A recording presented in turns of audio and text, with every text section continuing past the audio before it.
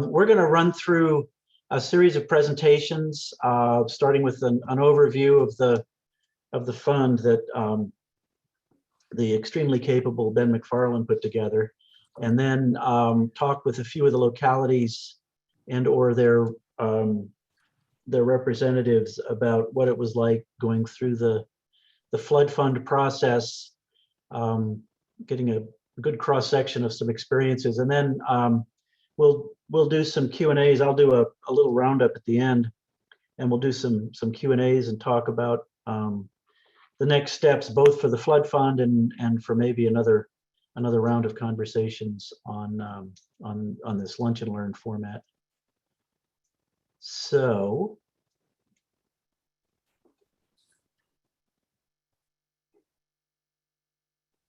how many people do we have here?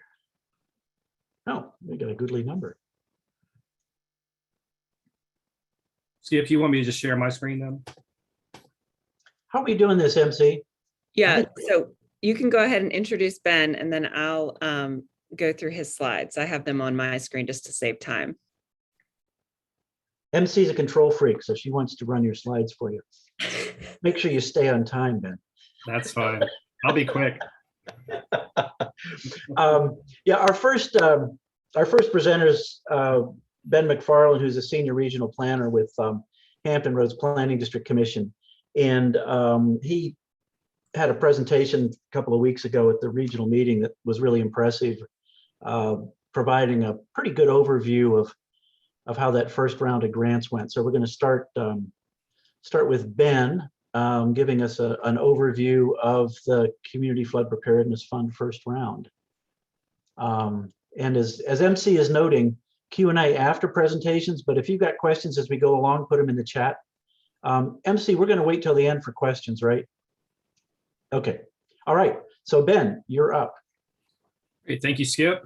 So just really brief and kind of just background on the CFPF and the outcome of the first round of grant proposals, and also just kind of where we are in terms of the resources that are available.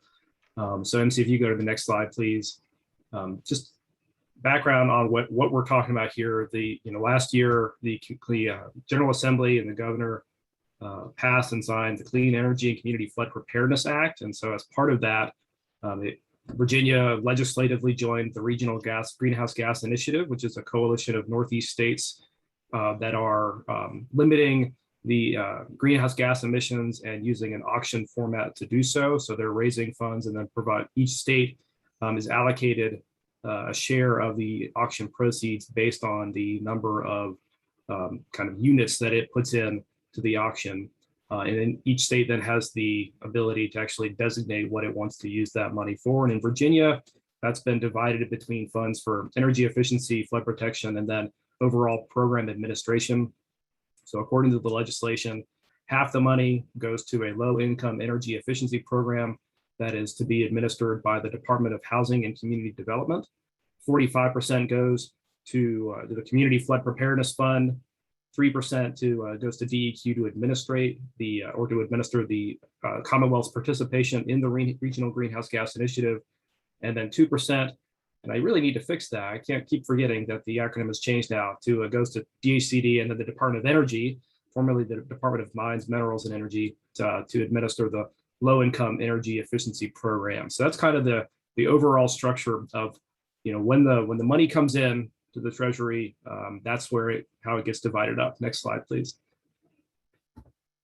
So far, Virginia joined as of the very beginning of 2021.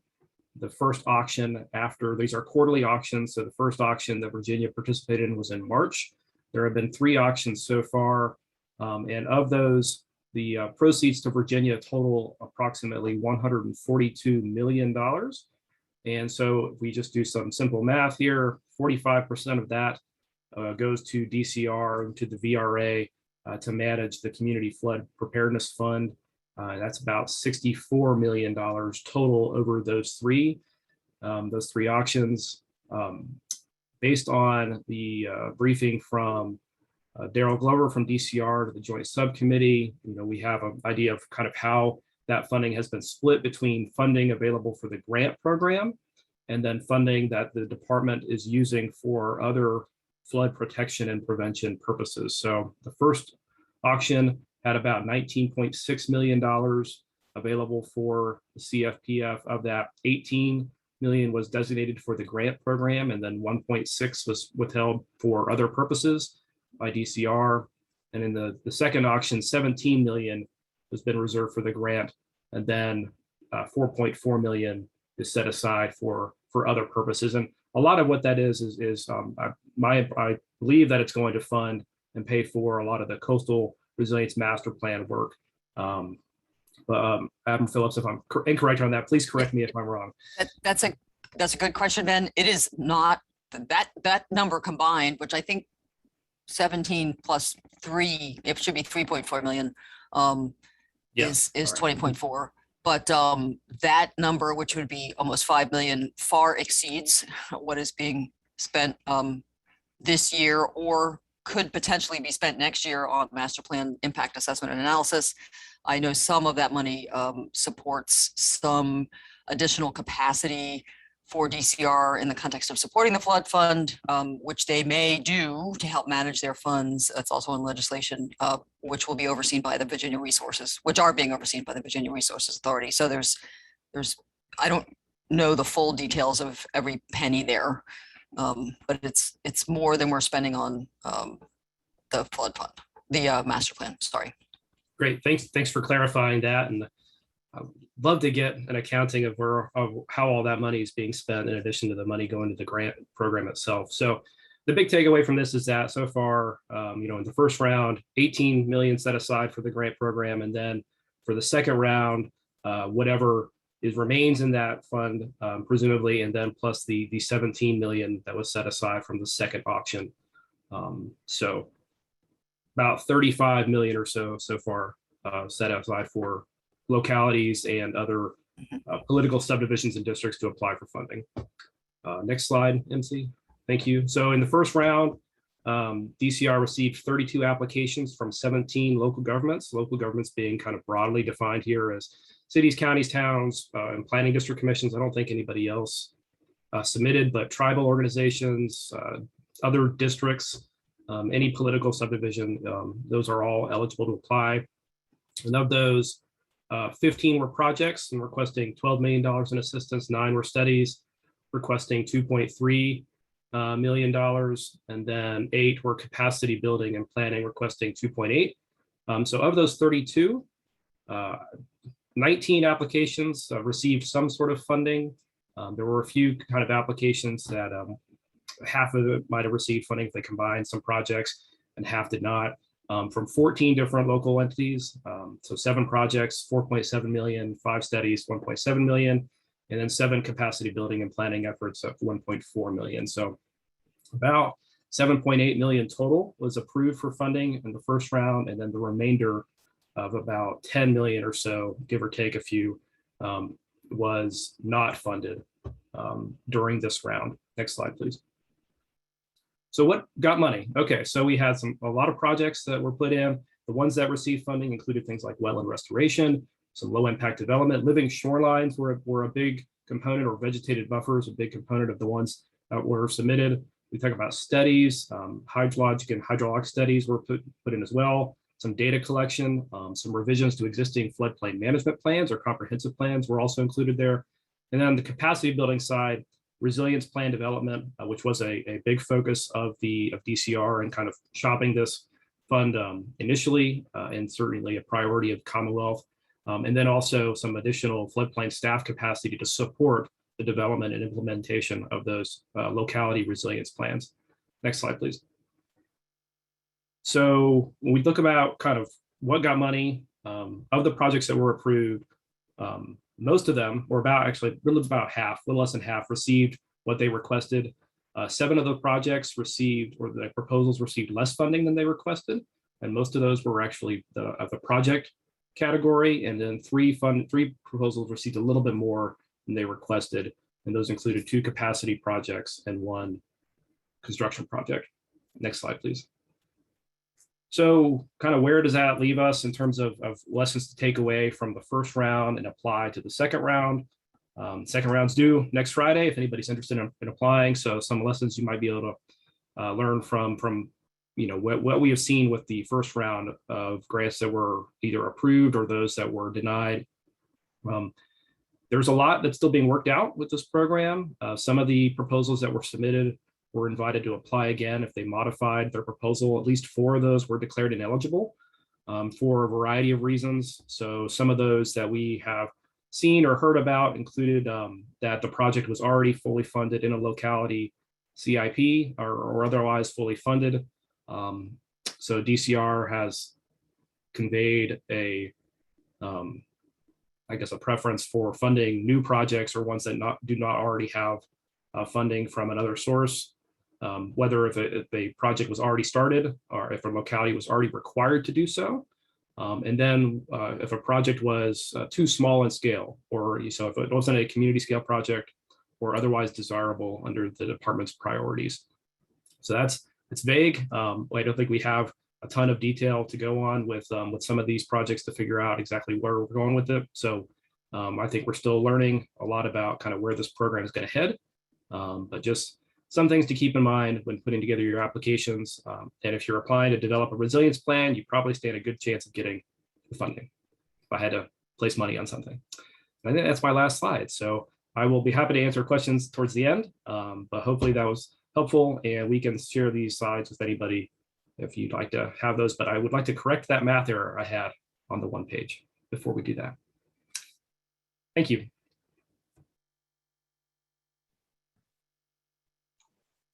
Okay. Next up, we have the Lego Queen of Portsmouth. No, excuse me. Meg Pittenger, who's the Assistant Director of Planning for the City of Portsmouth, will give us a short presentation on their successful application. So Meg, I'll just leave it at that. It's funny you said that because today, obviously, the staff is dressed up for Halloween and they're all worker bees and they've dubbed me the queen bee. And you'll notice that I am not dressed up like a bee, but they dubbed me the queen bee anyway. So I don't have any slides, but I'm going to talk about our project and segue right off of what Ben talked about. Our project was for a resilience plan. There's going to be 2 parts of what I'm going to talk about. I'm going to talk about the grant first, and then I want to kind of at the end talk about kind of how we got to applying for the grant. Our total project cost was $586,000. And of course, there's a 10% match on that. So our part, will be $58,000. So we think that's a pretty good deal. And obviously, this category is capacity building to do this city resilience plan. We're going to have a list of data gathering steps, in that we're going to start, with exposure and see what assets that we have that are threatened by flooding. And then obviously, the sensitivity to, the degree to which each of those assets are going to be impacted by various scenarios. We'll have different, scenarios as you would do in a plan like this to see, what levels of flooding. But as we get into the plan, we don't want this resilience plan to just be about flooding. Flooding is a big thing that we always talk about, but resilience for us as a city, incorporates a lot more than that. There are economic stressors, there's heat, there's lots of other climate change things and, poverty. And so we hope to address a number of resilience factors as we are developing this plan. Then obviously we're going to look at the adaptive capacity, within the asset and then also within, the city itself as a whole. We're going to look at the vulnerability assessment, of the assets and see what it's exposed to and what its adaptive capacity is. Obviously we're going to have some math in there. So we got to do probability and determining the chances of, whatever hazards are identified, to that particular asset. And then obviously what the consequences are. And then, we'll have a risk assessment for each of those. And then at the end of that, we will have our resilience assessment that will kind of cross-link all of those things, the vulnerability, the assets, what the geography is, what the social element is, as part of that. We're going to do all this data gathering, and then hopefully we're going to have a lot of public outreach, And then, we'll use all of that to draft, the city's, which will be the city's first resilience plan. And again, we do hope that it will address much more than flooding. Our adaptation framework, is going to identify the different types of projects for flood risks or other risks. And, we will hopefully be incorporating nature-based infrastructure, to the maximum extent possible. We've already started doing some of that into some of our infrastructure project as it is, but hopefully we'll be able to identify additional ways to incorporate those solutions. And then we'll see what, the JLU study is getting ready to get finalized, and that's going to, identify some opportunities in some places, to mitigate, flooding and other impacts, to our community. And then, as we, all of these things, we hopefully are going to, incorporate the best available science for climate change and, and all of those things that are happening. And how we got to this point was, we engaged in a lot of activities that kind of led up to us being able to apply for this grant. We decided a long ago to prioritize resiliency in the city's long-range plans. We had VMAS do an adaptation response survey, which confirmed that Portsmouth residents really do believe in climate change and sea level rise. And we began mapping the vulnerability of those populations and where they're located and what kind of hazards, might apply to them. Our recently updated and adopted city's comprehensive plan specifically cited resiliency as its main focus, and resiliency was incorporated and integrated into the whole plan rather than just being a section by itself. Every section had a resiliency component, and we thought that that was, a really important thing to do within that plan. The city as a whole prioritized resiliency by creating a resiliency coordinator and a resiliency committee, and we used money through our stormwater funds to fund that. We have partnered with Arcadis as our resiliency consultant, in part to help us identify and apply for these grants, which they did partner with us and helped us write this grant successfully, thankfully. And then, we started to plan to apply for this fund as soon as we learned that it was going to be created by the General Assembly. But we didn't really have a prioritized list of physical projects, which is why we didn't apply for a project. So we thought that the ideal place for us to start would be, with the planning grant and to create this resiliency plan, which will then, identify and prioritize the physical projects that will come as a result. And then hopefully we'll be able to apply for additional grant funding for actual projects.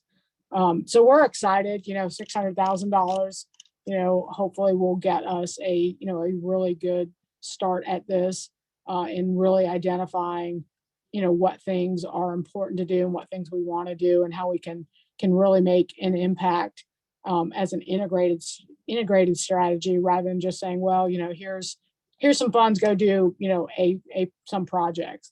And so we feel like this is a really good place to start to create sort of a comprehensive resiliency plan to identify what projects that we can go forward. So we're excited, and we'll, now that I don't know if we've gotten the actual funding letter that came after the announcement, but once we get that, then we'll start doing this. Hopefully the COVID protocols will loosen up a little bit. We'll be able to actually have some in-person meetings. But although I think we have all found, I know Ben has found that, having these virtual meetings, sometimes you get better response from people and get better impact. So maybe we will have, a combination of virtual and in-person, meetings to try and address people and look at some different ways of engaging the public rather than your standard have a meeting and have 2 people show up kind of thing.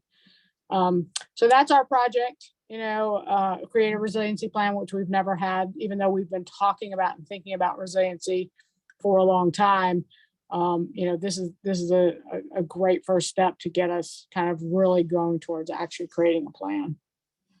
And again, I'll, if there are any questions at the end, I'll be here the whole time. I can answer any questions. Thanks a lot, Meg. I would note that Portsmouth is not a city that's going to spend $2 million on its citywide plan like the city of Virginia Beach did. And I think it's an excellent example of a city that recognized early. I remember, Meg, your floodplain management plan, geez, 2010, 11, somewhere in there, was one of the first I saw that looked at legacy creeks and the flooding that it caused. It was a very, very sophisticated piece of work. You were able to leverage other resources. VMASC is the Virginia Modeling and Simulation Center. As I recall, they surveyed 1,200 households in Portsmouth. And people would not stop talking to them. You know, you think people are going to call with a survey and they won't want to talk to them. Once Dr. Josh got them on the phone, they would not stop talking. They gave them so much information. Yeah, it's so there's the history of leveraging the resources, and I think, you know, if others, I think Meg's a good resource. The work that's gone on in Portsmouth started early.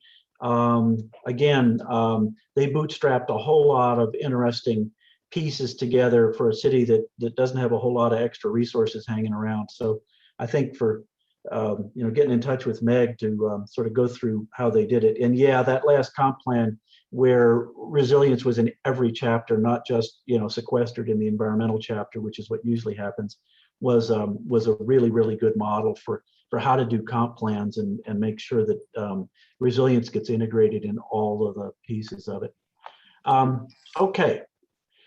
Next we have from the City of Alexandria, Jessica Lassiter, who's the Senior Environmental Specialist and Civil Engineer, and the consultant that helped them with their proposal, Stephen Roy, who's the Senior Technical Leader with Weston and Sampson Engineers. And you all are, I guess, gonna joint present as you see fit. But go ahead and let us know how Alexandria fared in this last grant round. Great. Thanks so much, Skip. And thanks so much for inviting us. It's so nice to see everyone today. My name is Jessica Lassiter. I'm with the City of Alexandria, and I'm in our Stormwater Management Division. And the City of Alexandria is located in the DC metro area. We are a 15 square mile city with about 165,000 residents, and we're about 50% impervious. And we have been experiencing many severe storm events over the past couple of years, dating back to 2019, which has really pushed the city towards trying to become more resilient and help mitigate the flooding that's occurring, especially in our low-lying neighborhoods.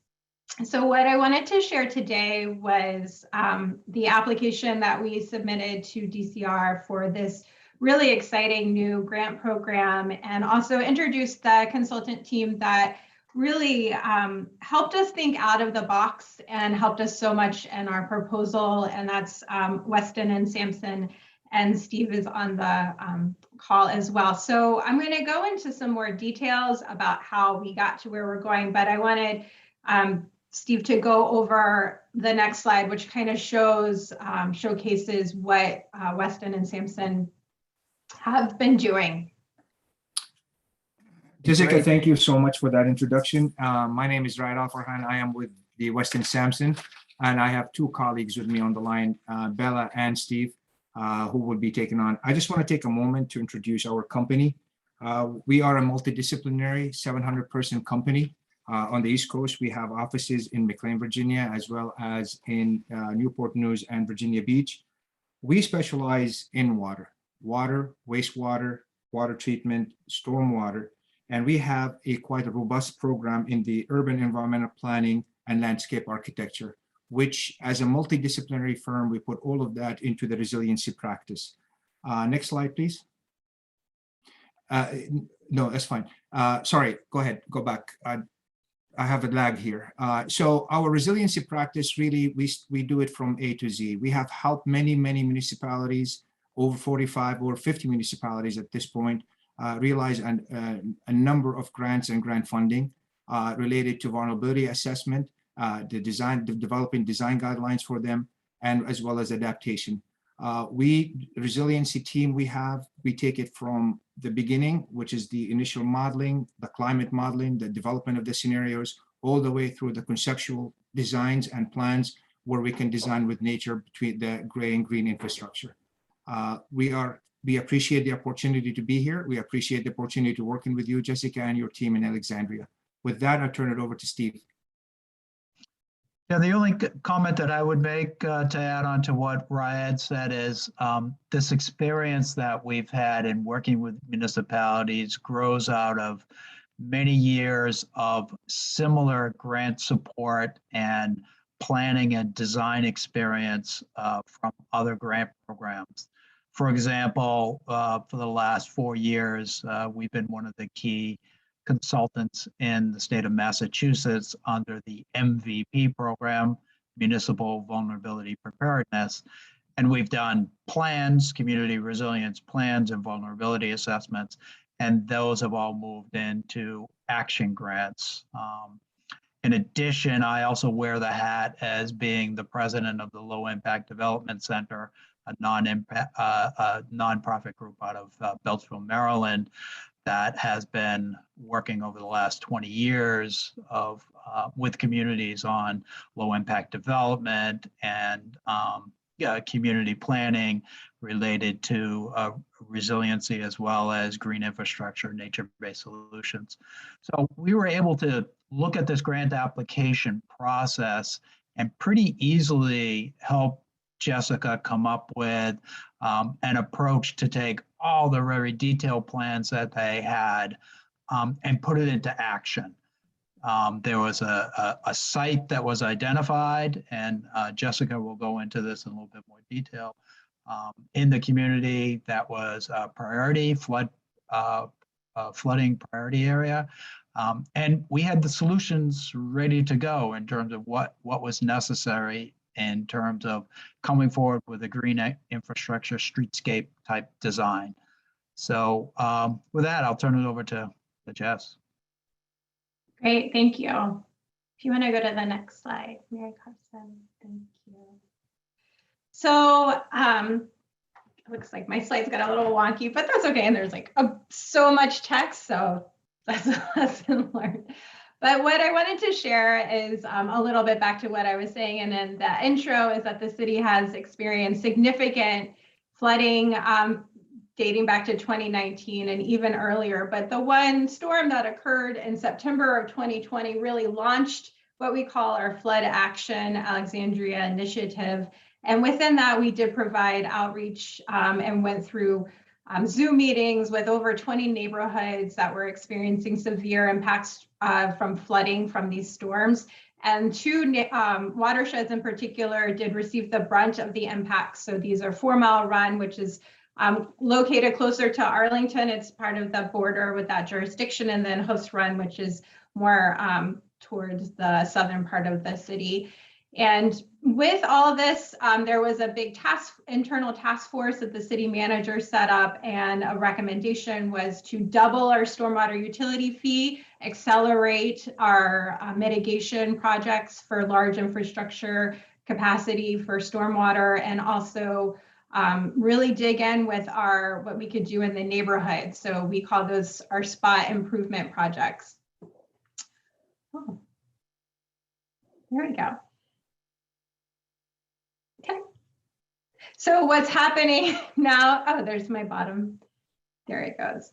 So AECOM is also helping us in these neighborhoods looking at these spot improvement projects. So we ended up having about 11 large capacity projects that were identified through a previous design analysis that we had done, and we overlaid that with where we had seen the flooding. And the 2 projects that bubbled up were at this intersection called Glebe and Commonwealth and Ashby. And within that, we are kind of moving full steam ahead with putting together a request for proposals for design, with the idea that this large infrastructure project, which has a combined total, we're estimating of about $50 million, that will be constructed probably in the next couple of years. So that's the first one out of the gate that's really going to focus on flood mitigation. And so one thing that we knew that we had to put together for this grant proposal was the resilience plan. So Weston and Sampson did help us with that. So I'm going to go into that. Looks like it's on the next slide. If you want to go to the next slide. So yeah, so Weston and Sampson was a great help in helping us together. We worked together to identify these 16 different documents that we had that we pulled together to create this resilience plan, because we didn't already have one that was, you know, ready to go. We do plan to have one developed in the future for the city that's more discrete than like 16 different plans. But basically I wanted to just quickly share that we did put together this plan and it was approved by DCR. So that's how we were able to move forward. And there's a link to where you can find more information on those plans if you're interested. If you want to go to the next page. So this is what I was talking about with regards to the 11 different projects that were identified. So these large infrastructure capacity projects. And as I mentioned, like the time frame, these projects are going to be coming online in the next couple of years. And we knew that this program, you know, was focusing on the next 3 years, and we probably will not get this project finished in the next 3 years at all, because these are huge, huge ripping up the road capacity projects, right? So what Weston and Sampson helped identify for this grant proposal was a way to incorporate green infrastructure into these large capacity projects, which from our perspective is just, it's phenomenal. It's a really great idea. And I hope that we see it more throughout the city, because it does help reduce, you know, the impacts of floods, but it also helps improve our stormwater, which, you know, this is near and dear to my heart. So if you want to, this is just a snapshot of what our neighborhood looks like during that September event. So it's quite severe and significant what's happening here. So the next slide just quickly shows that we had been thinking about green infrastructure in conjunction with these large capacity projects since 2006, right? But we hadn't really done much to kind of push the needle, right? So it was really helpful to have our consultant help us kind of see this project in a new way, right? So kind of moving beyond the large capacity and to how to make the neighborhood more resilient and incorporate that GI, and also have a really great chance at receiving funding, which we did. So this intersection here at Commonwealth and Glebe receives a lot of water that's coming down through 4 Mile Run on its way up to the channel, and just thinking about ways that we can improve the GI in this neighborhood. And then the picture on the left looks like a hot mess, but what it's showing you, that's our storm sewer capacity analysis that we completed in 2016, which helped identify where we needed to invest to increase capacity. And we do have within that report a lot of green infrastructure identified to kind of go in conjunction with our large capacity and storage projects. So if you go to the next slide, I'm almost done. I just wanted to quickly share that the proposal that we submitted with our consultant was for working on completing the design infrastructure for, and also flood storage projects. I think it's up to 25% design for those. So that's what we'll be submitting.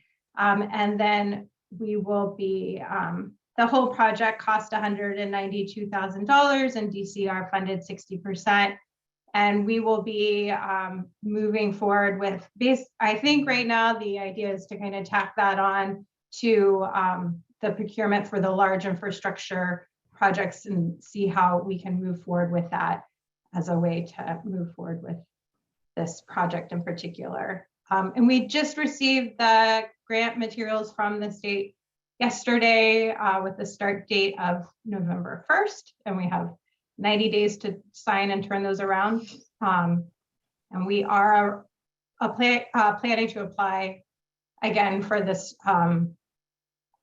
for this funding next Friday for a different projects, different types of projects. Yeah, so we're thrilled that this is available, and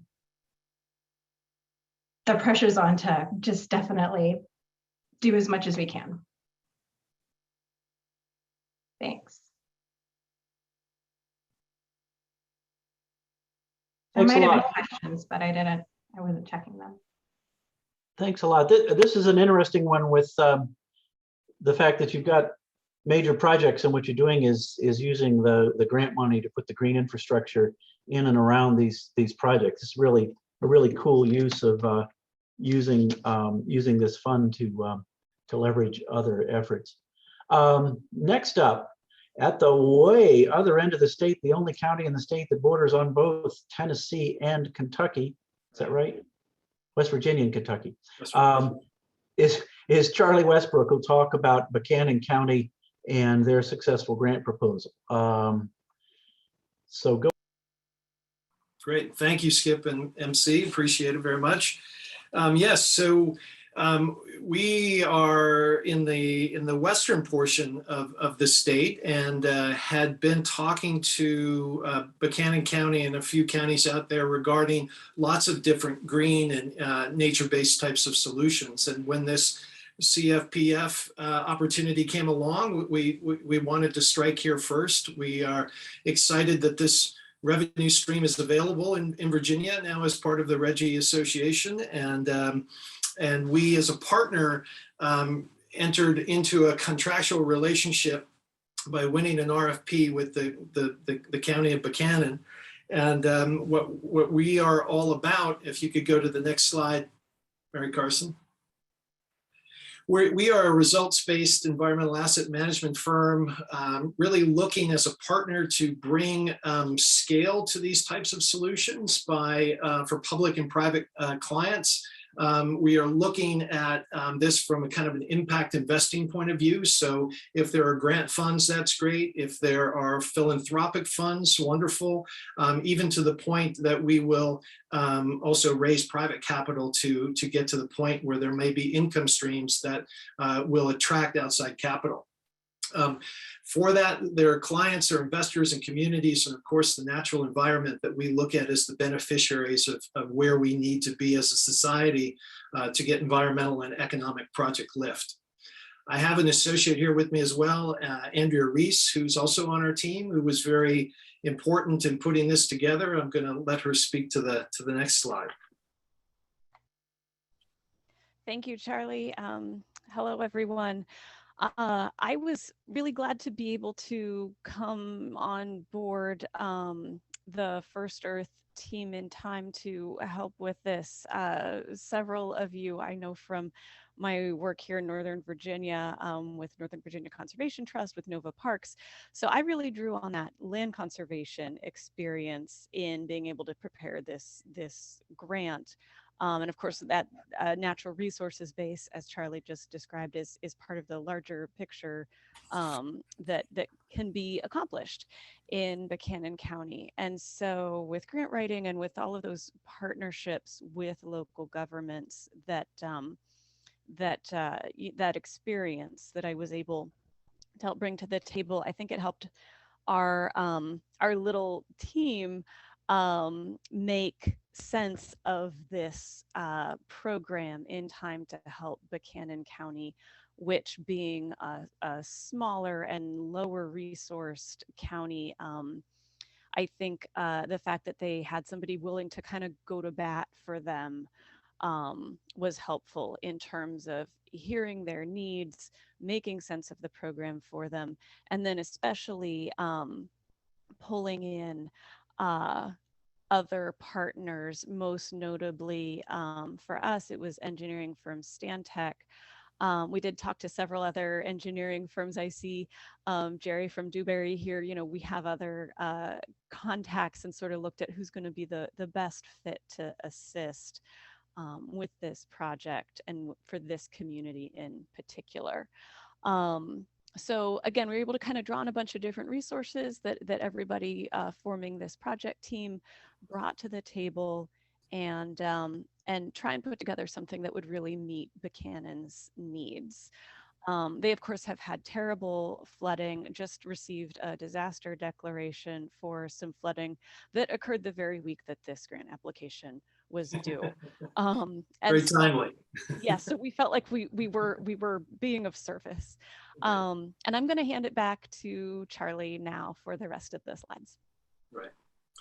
So Buchanan County, again, we had been introduced to them in an area of which to look at a grand kind of menu of opportunities, which I'll discuss later, but a very excellent client to work with, very professional, very engaging, and enjoyed working with them very much. We applied for a capacity building and planning proposal for resiliency. We partnered with them at no cost to them. So this, as I think has been mentioned, is another county that is not full on resources. So every dollar is hard to get. So we said, look, we're interested in this, and we want to, as First Earth, we want to go ahead and make this our bailiwick. And so in our discussions with them moving forward at that, true to our nature of looking at impact investing and outside funds, we offered to raise the fund, which really was kind of a gating item for them, because again, the budget doesn't really call out for them to be able to raise that kind of money or have that for a match. So to have a prime partner to be able to help them through that was also attractive. And then of course, as Andrew mentioned, we were working with Stantec and began to put the plan into place. That was the professional engineering and analysis to create the plan, engaging with the stakeholders throughout the county and understanding where the pinch points were in the county that were high flooding and high impact that really truly needed the attention. There was aspects for training the flood prepared manager up on to become a certified floodplain manager, and then working with the county to build greater community-based natural resources and for the future. Next slide. You can see some of these pictures on the side here of like what Andrea was talking about, and what the governor's realized that it is, in need of major disaster area and needing federal funding and lots of attention. So as we, again, just as someone mentioned, that we got the package just this week, we're looking to sign the contract, get it back so we can begin these activities of, again, an orientation meeting, form the planning team, do continual data collection and review, engaging stakeholders, assessing problem risk, and draft the plan. And our intention is to turn these planning dollars into project dollars, because as you can see, these are affecting certainly general government services. They're affecting roadways. They're affecting people's lives and very well-being. So it is an area, because of the flooding is so intense in these types of channels, that they do need more attention, certainly, to get the projects onto the ground. Next slide. And as I said, as far as additional support, we talk in the realms of land, water, air, and also renewable energy. So we're looking at how to, because this part of the world is looking to recreate itself from the coal capital to the energy capital, what can we do to also increase outdoor recreation and tourism, community services, new opportunities for economic development that just begins to bring this region back from a coal dependency. So again, we have partnerships and investors that are interested in how we can design projects to produce income streams that is worthy of capital investment as well. Next slide. And contact information. So that's about it from where we are. But thank you all for having us. Well, thanks for that presentation. This, as you know, there's been a lot of work done in the coastal areas on flooding, and so this statewide plan is going to have a challenge penetrating the valley and south side riverine flooding areas that are so far behind the coast coastal areas. So I think this was an important presentation for a number of reasons. It's a uphill riverine community, but also I think dealing in a community that has limited resources. Some of the things that First Earth did were pretty innovative up there. I would also note that the need for this fund is clearly illustrated by the fact that Buchanan County got $236 million from the Corps of Engineers in 2019, 2020 for a flood that occurred in 1977. That county has waited 43 years for remediation for a flood that occurred. And, you know, it's really mind-boggling to me to think about the challenges we have just fixing the stuff that's already out there, let alone the stuff going forward. So my hat's off to the First Earth people and the folks of Buchanan County. Well, that's the end of our presentation. We also spoke to a number of people who are not on this call, who were participants or applicants or unsuccessful applicants, and I just wanted to throw some issues on the table that we've been hearing from them. Capacity issues, as you heard, there were a lot of consultants involved. This really isn't something that a locality, big or small, has got time to do on their own, frankly, to pull this together. I think going forward, we're going to have to think about how we do build that capacity within these localities. But I think that, you know, exploring those relationships with consultants is probably going to be critical to success. Match, you know, in-kind match is not allowed. It has to be a cash match. And what we heard from some cash-strapped localities was that was an impediment to their participation in this program. The fact that they could not use their staff time as a match, it had to be cash. So that might be something that we/DCR want to look at going forward. The other side of that is in the project costing.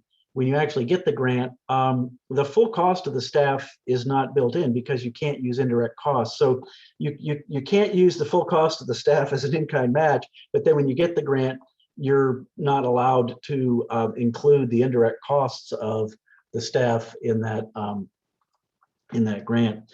There are a number of issues that will be coming up regarding private property. You know, most of the tidal shoreline and much of the riverine bottom is in private ownership, and so there's going to be a challenge going forward to using this flood fund on private property because individual properties are not at the community scale. At least one of them isn't. Is two of them, three of them, four of them together at a community scale. So I think that's an issue that we're going to have to explore going forward. We've got a lot of projects in the queue that are going to get funded, a lot of planning to do, but at some point we're going to engage this issue of what do we do about private property. This is especially true along the shoreline.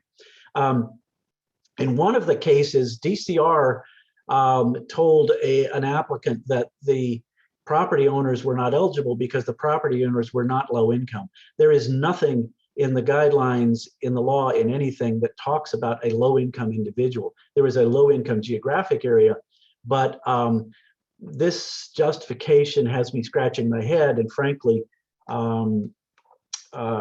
adds fuel to the conversation about closer oversight of this program, especially in its earlier days. Is one more slide here? Have I got another one here? Yeah. One of the areas that has shown up in a number of these proposals, both successful and unsuccessful, is low-income geographic area. It was very, very poorly defined in the statute. In fact, it was so poorly designed that you can't really make much sense of it, frankly. If you're dealing with a community within a locality, it's very clear. You look at the median household income for that locality, and you see if the low income, the community you're working in that you want to declare as low income geographic area has an income that's not greater than 80% of the local median income. However, one click forward, if you're dealing with an entire county or city, as happened with a few of these applications, it really doesn't make any sense because when you take the subunit out, the definition reads, any locality that has a median household income not greater than 80% of the local median household income. It makes no sense. And so what some of the applicants had to do, specifically the city of Norfolk, is sort of make up a way of finding out if you're a low-income geographic area by comparing it to the state. income. And so if you click ahead, this is what Norfolk came up with. Click there, MC. Give me one more click. Oh, yeah, okay. That's one more after that. So in the City of Norfolk's application, which is available online, you can see what they did was they took a snapshot of the state median household income and then said, well, the city's median household income is this, so the whole city qualifies. This is an area that's going to need a lot of clarification going forward.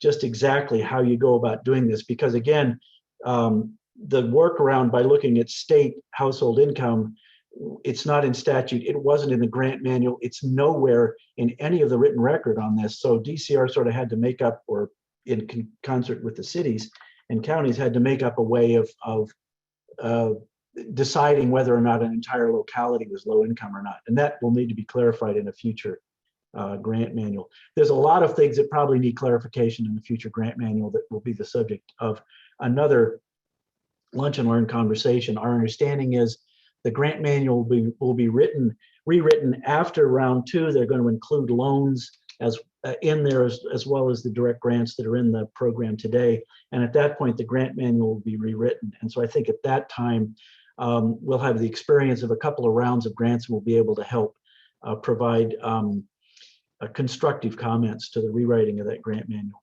So with that, MC, click ahead. There we go. Couple of the applications for round 2, as mentioned, are due soon. And I think one of the questions we want to explore is whether you all want to hear from more successful or unsuccessful, some more applicants going forward. There's a couple of grants that are pretty interesting. So with that, I'm going to shut up and let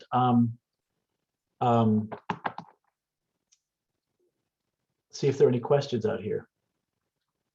Oh, there's lots of questions. There's one detailed question in the chat that Ann Phillips asked, and Andrea from First Earth responded to her question. We had a comment from Carolyn White from Suffolk, who is noting that the Hurricane Matthew created quite a lot of damage, and there's a great need for Chesapeake and Suffolk to receive those resources from the fund. And yes, there are 2 projects funded in Chesapeake and 1 in Suffolk under the CFPF. So we can get you a little bit more information on that, Carolyn. And then Kelly is going to clarify her comment about stakeholder engagement. And then John Bateman from the Northern Neck Planning District Commission had a comment about DCR's confirmation that they mean 80% of the median, census median, not HUD median, as compared to the state median. So I think there might be some conflicting information coming from DCR on this. Yeah, and I as well, when I was trying to figure out how Norfolk justified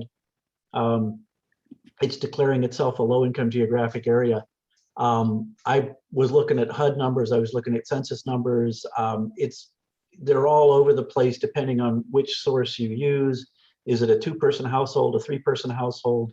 You know, it's an open-ended mess that, again, the legislation was not clear, but none of the workarounds that were used by either the localities or DCR were in the grant manual. So I think that's something we're going to have to figure out going forward.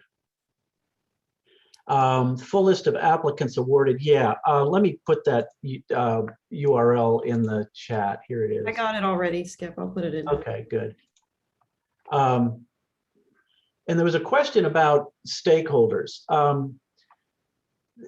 There was an attempt to do outreach on the coastal master plan, which is a completely separate process. There was not outreach done on the flood fund and the development of the manual and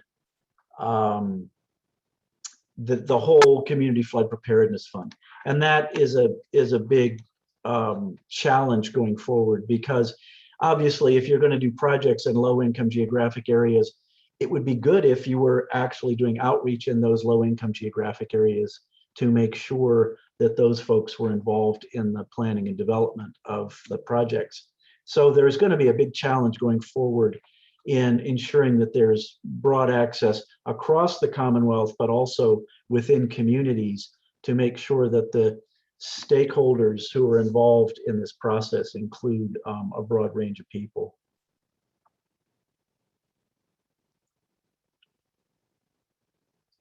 Yaron is asking, are applicants that did not receive awards available publicly? I do not think so. I'm not aware that there's any public airing of that. Is that correct, MC? Correct, not public, but I said in the chat that we could send a spreadsheet that's been created by a consortium of organizations. Okay.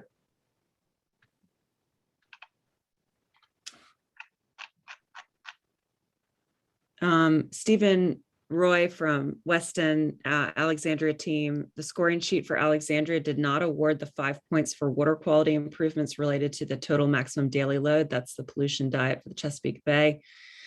The green infrastructure approach should have addressed this. Not sure why those points were not awarded. Yeah, I wondered if applicants could talk a little bit about the self-scoring and how that was translated into the actual scoring, and if you received any sort of breakdown from DCR on that.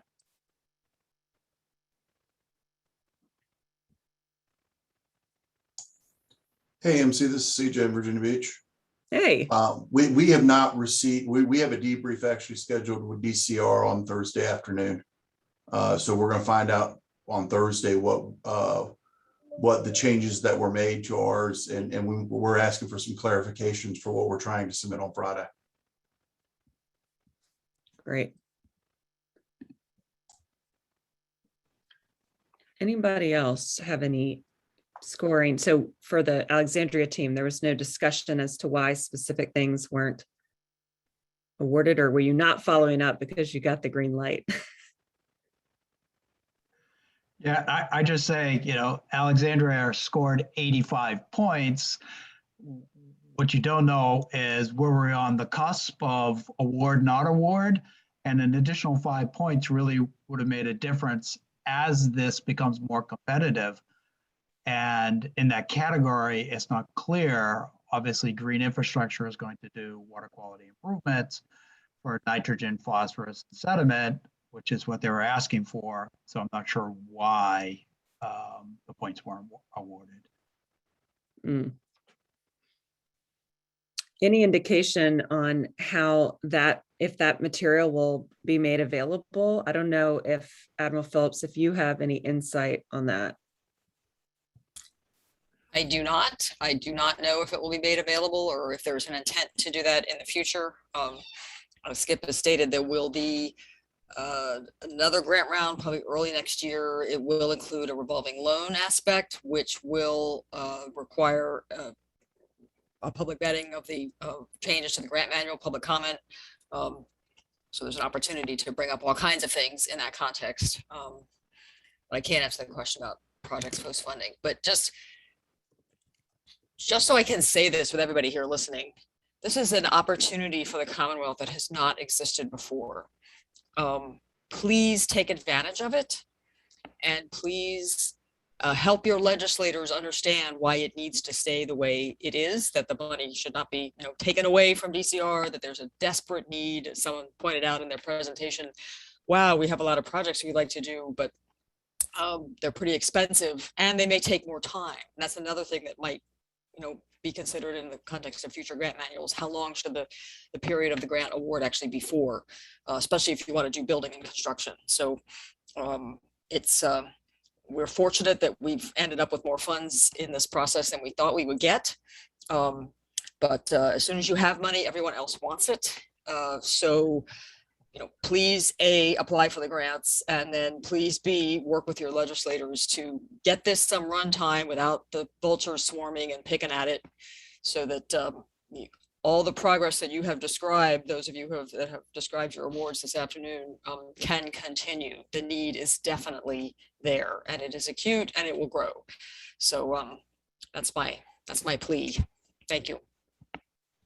I'll I'll jump on that. And this pot of money is not appropriated, and it's what they call non-reverting funds, in that it does not, it doesn't go away at the end of the fiscal year. So it is very attractive for redirecting towards a number of uses. So we, at least in the conservation community, are going to remain vigilant in making sure that it stays true to its purpose. But I would encourage everybody else as well to be alert to attempts to divert the funding. There was one brief attempt during the last legislative session to move some of this money into other parts of the state for other purposes. So that is going to be a critical need going forward.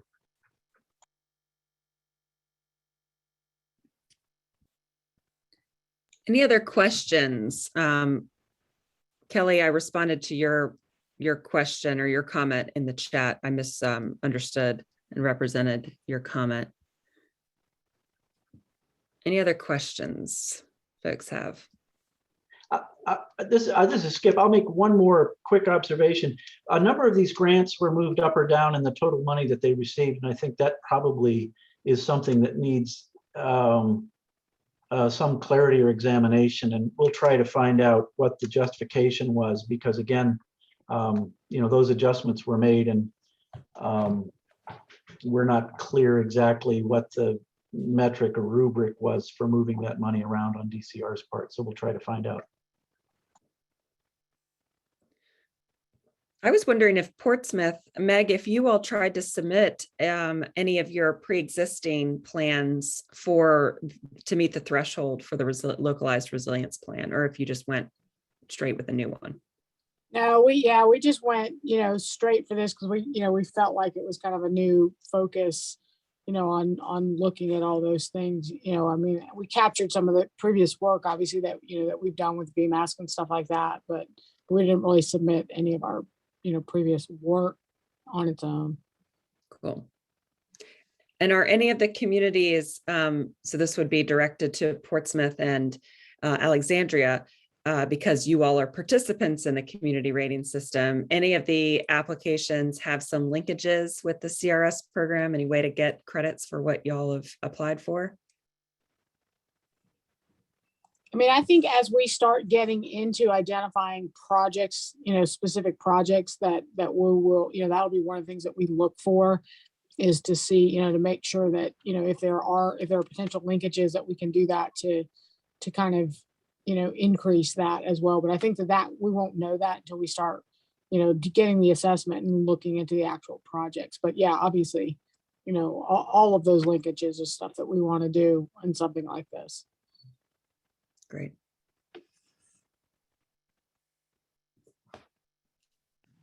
And this is just from Alexandria. I would just add that would be within Brian's wheelhouse, and he was unable to attend this afternoon, but I'm happy to follow up with him about that.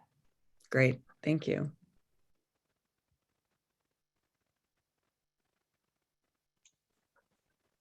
Okay.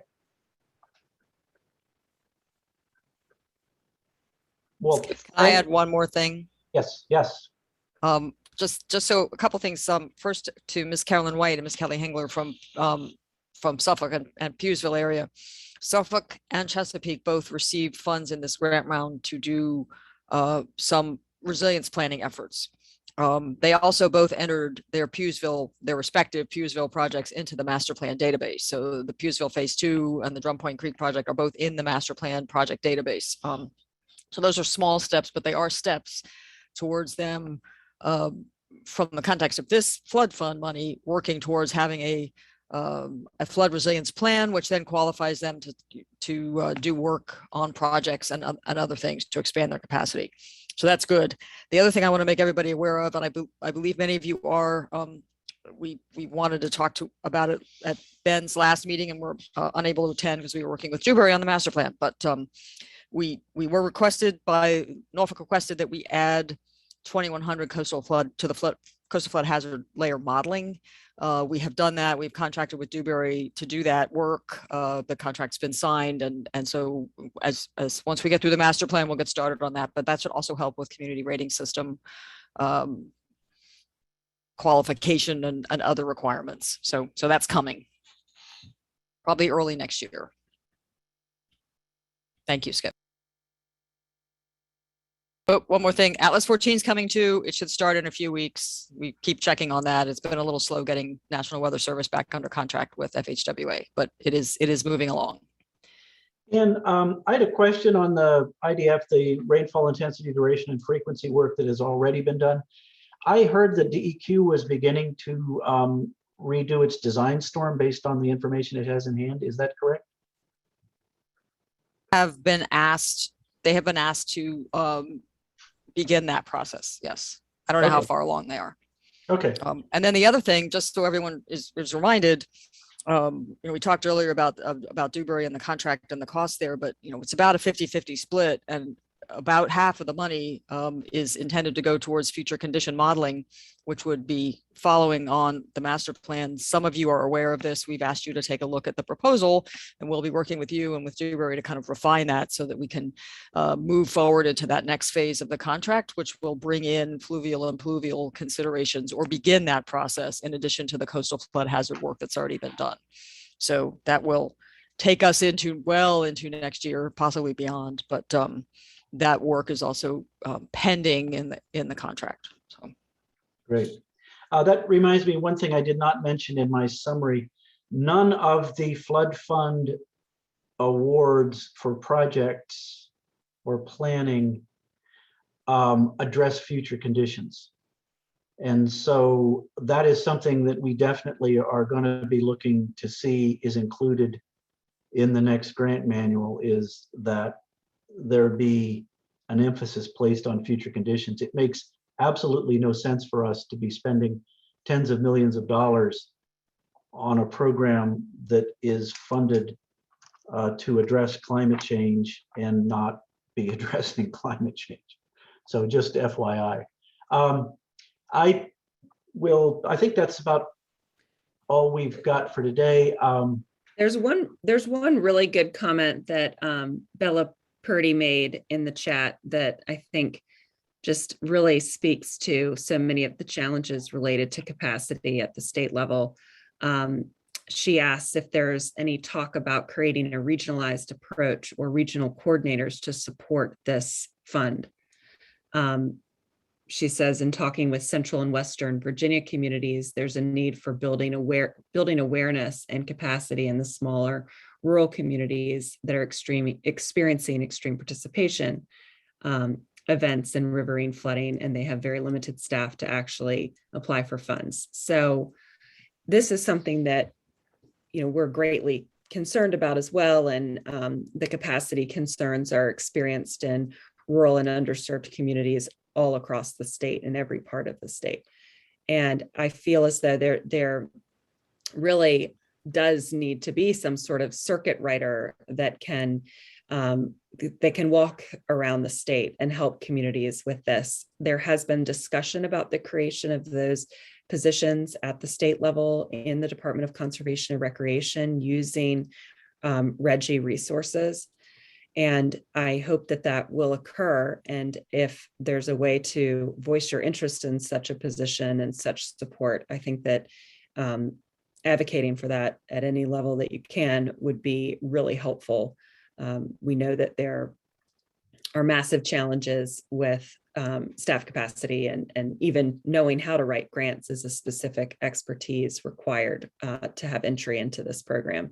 And your point about the resilience plan being a deterrent to even think about the fund is really well taken, and one that I think the state is aware of and will hopefully address with the creation of some support staff. I hope that was correct, Admiral Phillips, to say. It is that's to some extent in progress in DCR, and I know there's at least one person from DCR on the call, but I don't think they're from the Office of Floodplain Management and Dam Safety.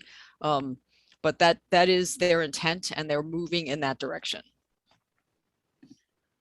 I would also call out John Bateman's comment in the chat. There are many planning district commissions around the state that have or can perform this role as well. I know that we've talked to the Thomas Jefferson Planning District Commission up in the valley, and they do a lot of outreach with under-resourced communities. Ross Weaver and I were up helping John Bateman on the Northern Net get the word out on the flood fund a month or two ago. So the Planning District Commissions are also a good avenue for getting some of this word out. Great, thank you. We're 15 minutes over, but you all are hanging around. So is that anything else? Chris McDonald from VACO has said he's Oh, happy yeah. to disseminate word as well. That's great. Any associations, any community organizations that are on the call raising this issue is essential. Yeah, we don't want Buchanan to feel lonely way out there as the only valley participant in this program. They're liable to defect to West Virginia. Isn't West Virginia trying to get all the counties to defect? Well, we appreciate you all putting this together. Thank you, Wetlands Watch. Okay. Thank you all. We'll stay on for a few minutes if anybody wants to chat.